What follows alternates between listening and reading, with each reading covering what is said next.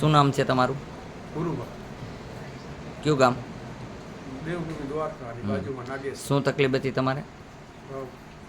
શરીર આખું દુખેલા. અત્યારે કેમ છે? અત્યારે સારું છે. ફ્રી થઈ ગયું? હા જે તમને માતાજી કહે ખાવાનું એ ખાજો હો ને, હા કાંઈ ના પાડે ને એ ના ખાતા હો ને.